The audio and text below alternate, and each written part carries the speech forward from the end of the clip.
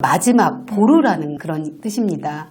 그래서 초등 3학년이 습관을 시작하고 뭐 마무리를 짓고 이런 어떤 그런 개념보다는, 그래서 이제 막내 셋째가 초등학교 2학년인데 근데 이 아이는 조금 이 둘 아이랑 접근 방법이 좀 다르게 제가 지도를 하고 있어요. 그래서 어떻게 하면 내가 가르치고자 하는 거를 습관으로 연결지을까. 한 가지 팁을 좀 드리자면, 이것만큼은 꼭 우리 아이에게 길러주고 싶은 습관이 있잖아요. 그러면 반드시 해야 되는 어떤 일들이 있어요. 그것과 함께 묶어주는 거예요. 네. 안녕하세요. 교집합 스튜디오 주단쌤입니다. 오늘 스튜디오에는요, 25년차 현직 초등 교사이시자 초등 3학년은 습관 형성의 결정적 시기입니다의 저자이신 윤수정 선생님을 모셨습니다. 안녕하세요. 네, 안녕하세요. 네, 제가 본격적인 질문부터 바로 드려볼게요. 25년차 현직 교사이시잖아요. 네, 맞습니다. 네, 근데 정말 다양한 학생들을 가르쳐 오셨을 텐데 특히 딱 찍어서 초3 이때가 정말 중요한 시기라고, 특히 모든 습관 만들기의 시작이라고 말씀하신 이유가 있으실 것 같거든요. 그 이유가 뭘까요? 초등 3학년만이 습관을 시작하고 습관을 배우는 시기는 분명히 아닙니다. 그런데 아이들이 이제 초등학교에 들어와서 1, 2학년의 어떤 새로운 환경, 새로운 친구들, 또 새로운 선생님에 적응하는데 많은 에너지를 쏟고, 어떻게 보면 적응이라는 것에 좀 더 주안점을 둔다면 이제 3학년은 학교 생활도 익숙해지고 그리고 점점 자기에 대한 인식도 생겨요. 네네. 내가 잘하고 있는지 네네. 못하고 있는지, 그런 어떤 정서적인 영향도 있고, 또 읽기 쓰기도 가능해집니다. 그래서 좀 더 그 어떤 세밀하게 습관 지도를 할 수가 있고요. 아울러서 그 1, 2학년 때 학교에 적응에 집중하다 보면 간혹 놓치는 어떤 생활 습관들, 독서 습관들, 그런 학습 습관들을 다시 한번 다잡고 그러한 부분들을 한번 점검하는, 어떻게 보면 마지막 보루라는 그런 뜻입니다. 그래서 초등 3학년이 습관을 시작하고 뭐 마무리를 짓고 이런 어떤 그런 개념보다는 다시 한번 정말 중요한 습관에 집중하고, 이 시기를 놓치지 않아야 고학년 학습을 위한 대비, 조금 더 자기주도적 학습으로 나아갈 수 있는 아주 탄탄한 발판을 만들 수 있는 게 바로 초등학교 3학년이고, 그런 의미에서 결정적 시기라는 그런 용어를 써서 이렇게 강조를 했습니다. 좋은 학습 습관을 만들기 위한 거는 사실 좋은 생활 습관에서부터 시작을 하잖아요. 네, 맞습니다. 이미 책에서 또 여러 가지 습관들을 강조해 주시기는 했는데, 이 시기 초등 때 갖춰야 될 가장 중요한 생활 습관은 뭐라고 생각하시나요? 어떻게 보면 제가 책에서 언급하고 있는 내용들이 사실은 너무 뻔한 내용이기도 해요. 그럼에도 불구하고 저희가 그 기본적인 것에 대한 중요성을 많이 잊어버릴 때가 있습니다. 그래서 제가 꼽는 3가지 중요한 생활 습관, 첫 번째는 인사 잘하기. 네. 우리 그 어른들의 세계에서도 사실 인사 잘하면 그럼요. 모든 면에서 유리하지 않습니까? 네. 아이들도 마찬가지입니다. 그래서 학교에서 접하는 어떤 어른이라 하면 사실은 선생님들이겠죠. 근데 인사 잘하는 아이 한 번이라도 더 머리 쓰다듬어주고 네. 칭찬해 줄 수 있고요. 또 이런 밝은 에너지를 가지고 있는 아이들은 학교 생활에서 있어서도 매우 적극적이에요. 그리고 친구들과의 관계에 있어서도 굉장히 관계 맺음에도 유리하고, 그래서 가장 단순하고 어찌 보면 기본적인 거지만 인사를 잘한다는 거는 그만큼 학교 생활에 있어서 또 생활 습관에 있어서 아주 그 중요한 요소를 차지한다고 생각이 듭니다. 그리고 두 번째로 제가 꼽는 중요한 습관은 자기 물건 잘 챙기는 거예요. 그러니까 3학년이 됐는데도 아직 알림장 확인이라든지 네. 과제물 정리가 잘 안 되는 친구들이 있어요. 근데 어머님들께서 간혹 이럴 경우 바쁘다 보니까 알아서 챙겨주시거나 이렇게 되는데, 오히려 초등 3학년 때가 돼서 이게 무조건 네가 해 라고 아이를 등 떠밀기보다는, 혹시 우리 아이가 이런 기본적인 것조차 잘 되고 있지 않다면 한번 점검해 볼 필요가 있고, 학교에서도 그런 것들을 잘하는 아이들을 제가 유심히 보면 방법이 있더라고요. 아이들이 그 알림장 1번부터 한 5번까지를 썼다면 그 옆에다가 이렇게 V 표시를 해가거나 자기 나름대로 동그라미를 하거나 이런 전략들을 가지고 있어요. 누구한테 배웠을까요? 그러게요. 근데 이제 뭐 부모님의 영향일 수도 있고, 나름 그런 자기주도적 생활이 되는 아이들은 그런 걸 실천하고 있더라고요.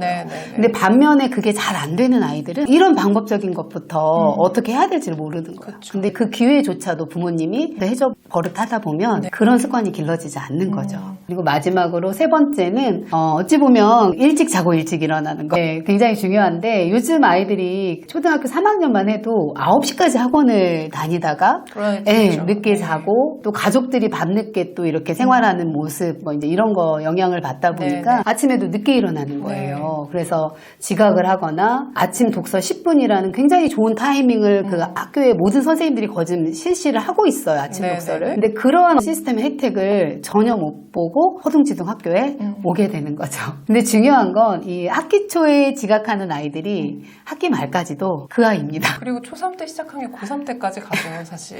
네, 그래서 인사하기, 내 물건, 내 과제 잘 챙기기, 그리고 일찍 자고 일찍 일어나는 습관은 사실은 뭐 오늘날 얘기만 하는 게 아니잖아요. 네, 네. 그 과거부터도 있던 이야기인데 그럼에도 불구하고 다시 초3 때 이런 기본 생활 습관이 잘 되어 있는지 한번 우리 아이를 점검할 필요가 있는 것입니다.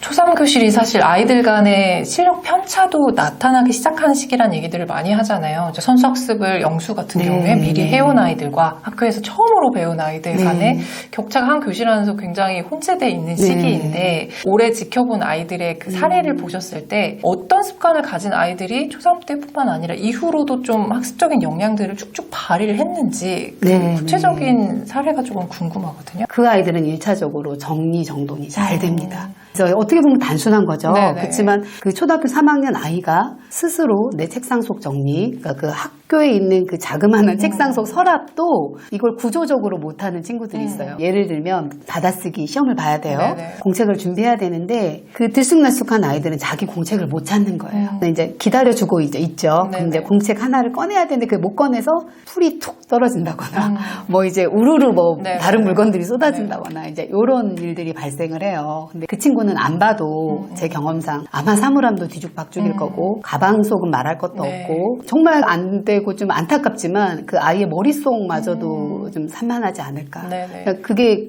그 학습으로 고스란히 이어집니다. 그렇죠. 그래서 그 일단 주변 정리를 잘하는 아이들은 책상 속, 사물함 속, 그 가방 속도 굉장히 깔끔하고 자기의 어떤 조절력도 있고 그런 이러한 정리정돈이 고스란히 그런 어떤 안정적인 학습 태도, 예, 그리고 그게 잘 될 때는 이제 시행착오가 줄어들잖아요. 네. 그러다 보니까 자동적으로 느끼는 성공감, 그래서 학습에도 고스란히 영향을 미치는 경우가 많습니다. 그래서 일단 학교에서는 선생님들이 정리정돈 이렇게 자기 관리하는 역량을 키워주려고 노력하시겠지만 가정에서도 그 아이의 방 그리고 아이의 책상 이런 것들을 이렇게 해볼 수 있는 기회를 주셔야 돼요. 그래서 간혹 아이가 미숙하다 보면 아유 그냥 너 공부나 해 엄마가 할게 네. 하고 그럴 수 있지만 그 기간을 조금 어머님들께서도 견디시고 그러한 과정을 지켜보면서 이거는 이렇게 정리하는 게 더 좋을 것 같은데 이런 조언도 주시고 해서 그런 생활이 전반적으로 이렇게 안정적인 그런 상황이 될 수 있도록 이끌어 주시는 게 매우 중요한 것 같습니다. 선생님께서 아이들도 많이 지켜보셨지만 자녀분들도 3명이나 있다고 네. 하셨거든요. 그 아이들도 분명히 다들 성향이 조금씩 달랐을 거예요. 선생님 말씀하신 것처럼 뭐 스스로 잘하는 아이도 있었을 거고 그렇지 않은 아이도 있었을 텐데 아이들을 이렇게 기르시면서 가장 중점적으로 신경을 쓰셨던 어떤 습관이라는 게 뭐가 있었는지가 좀 궁금하거든요. 저도 학교에서 일하고 이러다 보면 학교 아이들한테 정말 에너지를 많이 그쵸. 썼고 네. 사실은 중2 제 머리 못 깎는다고 제 아이들에게 막 이렇게 온 힘을 다해서 이렇게 교육을 하고 이런 부분에서는 저는 많이 미흡한 그런 엄마이고 저희 집 아이들도 뭐 이렇게 특별히 잘한다기보다는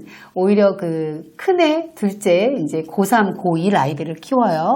네. 그 두 아이들을 보면 아쉬움이 되게 많죠. 저도 역시 일하는 엄마였기 때문에 방 청소, 뭐 정리정돈 이런 거에 있어서 엄마가 할게. 너는 공부해. 뭐 이랬던 경험도 상당히 많이 있었고. 네네네. 근데 이제 아이들이 커서 지금 사춘기를 겪고 또 성인이 되기 위한 준비를 하고 있잖아요.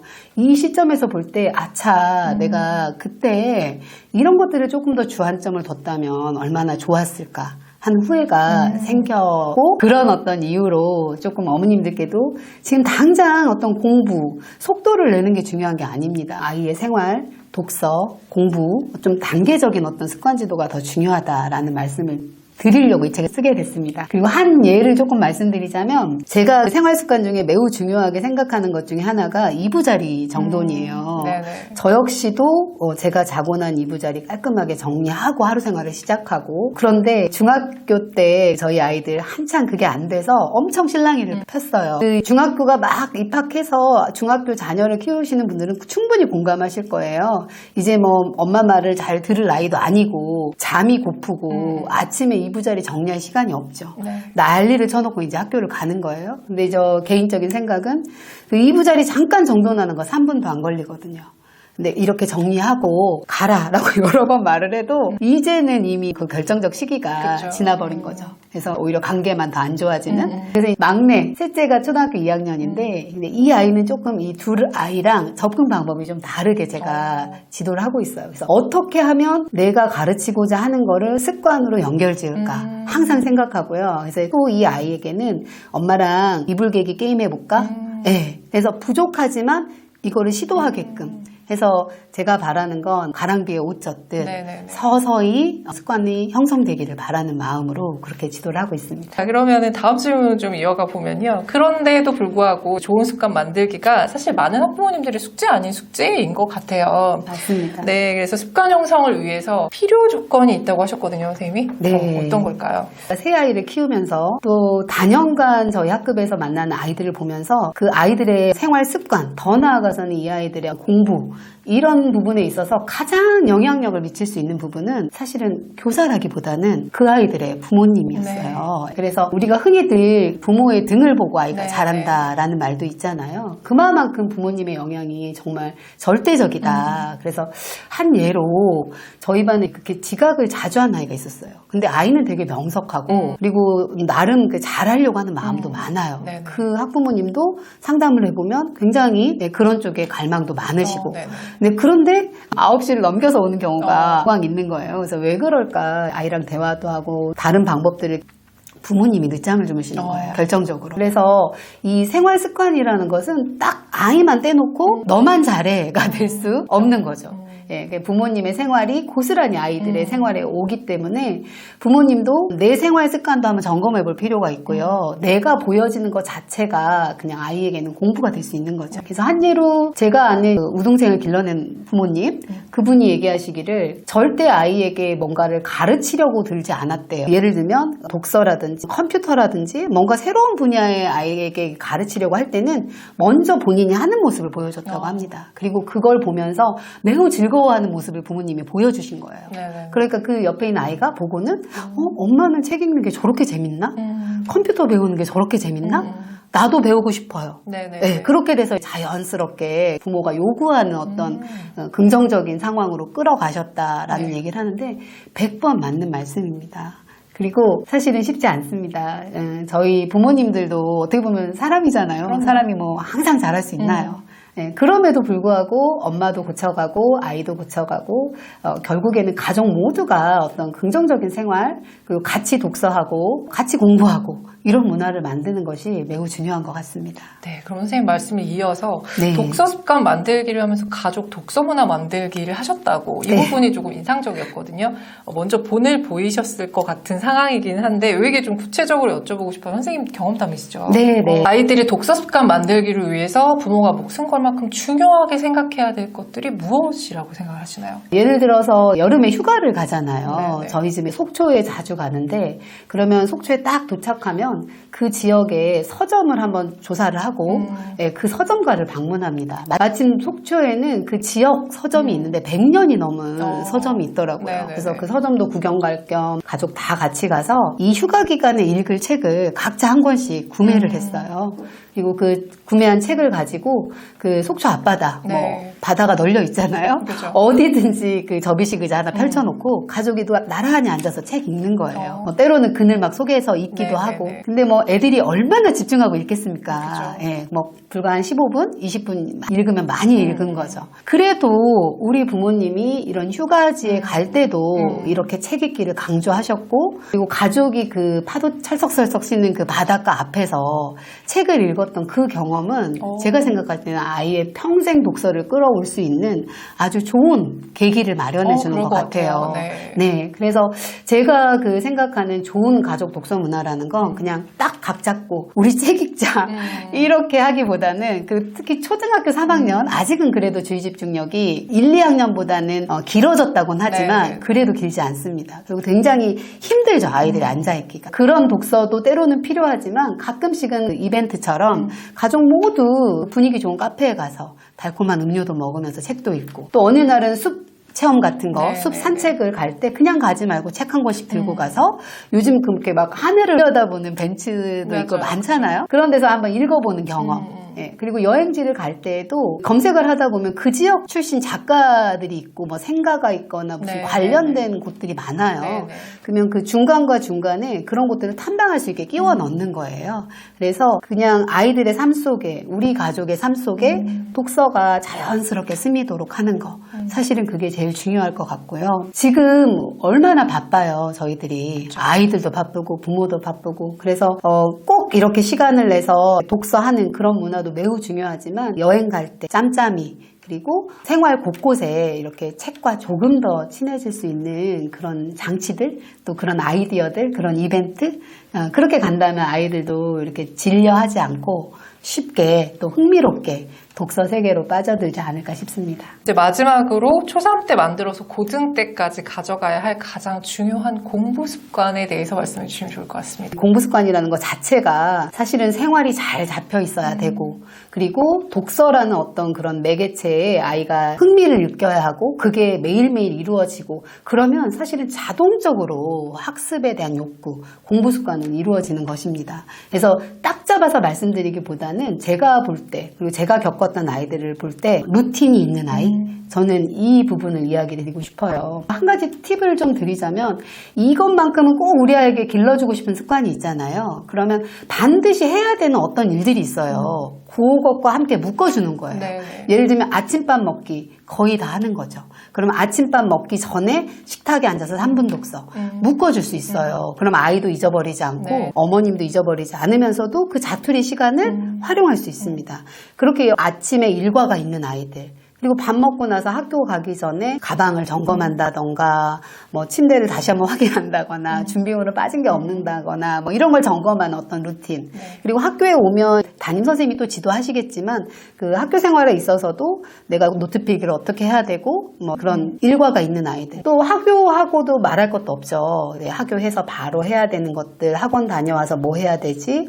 그 다음에 잠자기 전에 책을 한권 다시 읽는다거나, 알림장을 내가 부의 표시하면서 점검한다거나, 일기를 쓴다거나, 이런 루틴들이 오늘은 하고 어제는 안 하고 뭐 내일은 또 했다가 모레는 안 하고, 이게 아니라 조금 일관성을 가지고 루틴이 있는 아이. 예, 그게 굉장히 포인트고요. 이게 있는 아이들은 자기 주도적 학습으로 안 갈래 안 갈 수가 없습니다. 자연스럽게 학습으로 가고 그 하나하나를 이루어냈을 때 그 성취감이 얼마나 크겠어요. 꼬마일지라도 어린아이일지라도. 그게 바로 다른 학습으로 이어갈 수 있는 원동력이 됩니다. 저희 집에 초등학교 2학년 막둥이 아들 녀석이 있는데요. 이제 이 아이는 제가 가르치고자 하는 것, 또 익히고자 하는 것들을 습관에 많이 연결을 지어서 가르치려고 노력을 해요. 근데 이 아이가 항상 저한테 하는 행동이 있어요. 예를 들면 받아쓰기 썼는데 엄마 그 다음에 뭐 해요? 독서 했는데 뭐 해요? 이런 거죠. 근데 지금 이걸 보면 아직 루틴이 없는 겁니다. 근데 저랑 만들어 가고 있고 지금 아직 초등학교 2학년이기에 이제 충분히 감안은 하고 있는데, 이것처럼 아이가 그 다음 뭐 해야 될지 몰라서 엄마한테 자꾸 물어본다는 건 지금 이 아이의 어떤 루틴이 없는 거예요. 그래서 초등학교 3학년 때 학습을 위해서 조금 더 어머님들께서 신경을 쓰고 싶으시다면 그 우리 아이의 루틴을 단단히 잡아주는 거, 그리고 그 과정이 사실은 쉽지 않습니다. 여러 번 시행착오도 할 거고 우리 아이의 어떤 상황도 점검하셔야 되고 능력도 보셔야 될 거예요. 그럼에도 불구하고 아이와 함께 아침에 해야 할 일, 학교 갔다 와서 해야 할 일, 저녁 먹고 해야 할 일, 또 잠자리 들기 전 해야 할 일, 이런 것들을 아이가 묻지 않고 스스로 할 수 있을 만큼 일과를 세우고 그거를 꾸준히 반복했을 때 자연스럽게 학습으로도 긍정적인 영향을 줄 수 있을 것 같습니다. 네, 오늘 길지 않은 시간 좋은 말씀 해주셔서 감사합니다. 수고하셨습니다. 네, 감사합니다.